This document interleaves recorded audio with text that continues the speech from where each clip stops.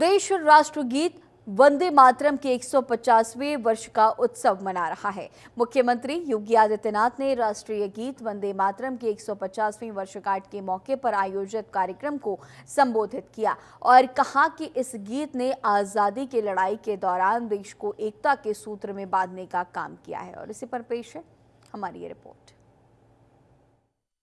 वंदे मातरम गीत की 150वीं वर्षगांठ, आज एक बार फिर देश में अमर धुन की गूंज। भारत माता का वंदन, वंदे मातरम। यह गीत कर्तव्यों की याद दिलाता है। देश राष्ट्रीय गीत वंदे मातरम के 150वें वर्ष का उत्सव मना रहा है। भारत के संविधान निर्माताओं ने वंदे मातरम को वही दर्जा दिया है जो राष्ट्रगान को प्राप्त है। बहुत कम लोगों को पता है कि भारत के राष्ट्रीय ध्वज तिरंगे की जो विकास यात्रा शुरू हुई, उसमें वंदे मातरम राष्ट्रीय गीत बहुत ही अहम भूमिका में है। देश ने पहली बार स्वतंत्र भारत की परिकल्पना के साथ जो अपना ध्वज फहराया था, वो भले ही अनाधिकारिक रहा हो, लेकिन उसके बीचों बीच में राष्ट्र के प्रतीक के तौर पर संस्कृत के दो शब्द वंदे मातरम ही उकेरा गया था। उत्तर प्रदेश के मुख्यमंत्री योगी आदित्यनाथ ने वंदे मातरम गीत की 150वीं वर्षगांठ पर इसे राष्ट्र की सामूहिक चेतना का प्रतीक बताते हुए कहा, ये गीत न केवल गायन है बल्कि कर्तव्यों की अभिव्यक्ति है। एक कार्यक्रम में बोलते हुए सीएम योगी ने कहा कि हम अपने अधिकारों की बात तो करते हैं, लेकिन क्या उतना ही गंभीरता से कर्तव्यों का जिक्र करते हैं। यही कारण है कि पिछले 8 वर्षों में उत्तर प्रदेश ने कर्तव्य पथ पर चलकर नई ऊंचाइयों को छुआ है। आज का ये दिन हम सब के लिए अत्यंत महत्वपूर्ण दिवस है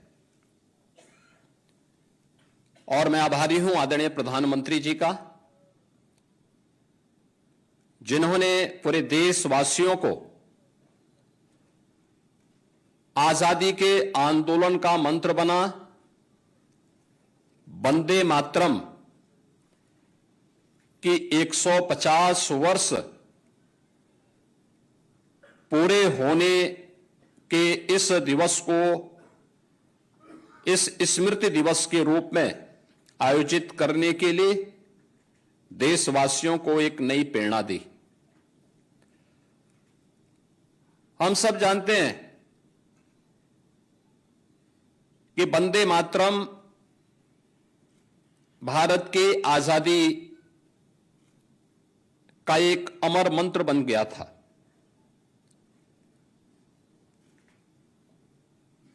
उस दौरान विदेशी हुकूमत के द्वारा दी जाने वाली अनेक यातनाओं और प्रताड़नाओं की परवाह के बगैर हर भारत का नागरिक और खास तौर पर जो हमारा स्वतंत्रता संग्राम सेनानी था, क्रांतिकारी था,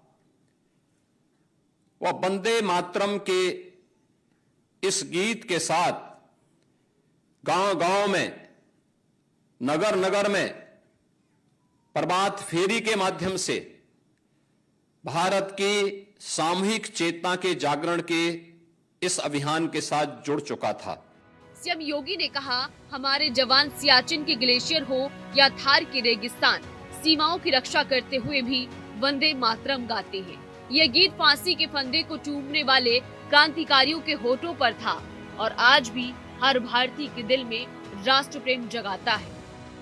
उन्होंने जोर देकर कहा कि 1875 में बंकिम चंद्र चट्टोपाध्याय द्वारा रचित ये गीत बांग्ला और संस्कृत में लिखा गया, जिसमें जाति, धर्म या मजहब का कोई जिक्र नहीं है। ये सभी वर्गों को एक सूत्र में बांधता है। योगी ने याद दिलाया कि 1950 में वंदे मातरम को राष्ट्रीय गीत की मान्यता दी गई थी। यह गीत आजादी की लड़ाई का मंत्र बना और आज भी नई राष्ट्रीयता का भाव पैदा करने में सफल है। उन्होंने कहा, यह गीत केवल गायन नहीं बल्कि कर्तव्यबोध का आह्वान है। ये हमें सिखाता है कि राष्ट्र सर्वोपरि है। किसने की थी वंदे मातरम की रचना? वंदे मातरम की रचना बंकिम चंद्र चट्टोपाध्याय द्वारा की गई थी।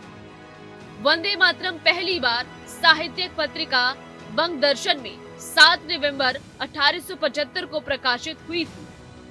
बाद में बंकिम चंद्र चट्टोपाध्याय ने इसे अपने अमर उपन्यास आनंद मठ में शामिल किया, जो 1882 में प्रकाशित हुई। भारत के पहले राष्ट्रपति डॉक्टर राजेंद्र प्रसाद ने 24 जनवरी 1950 को संविधान सभा को संबोधित करते हुए वंदे मातरम का जिक्र किया।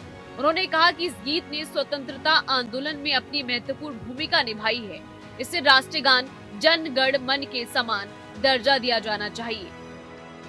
बता दें, आज का दिन बेहद खास है।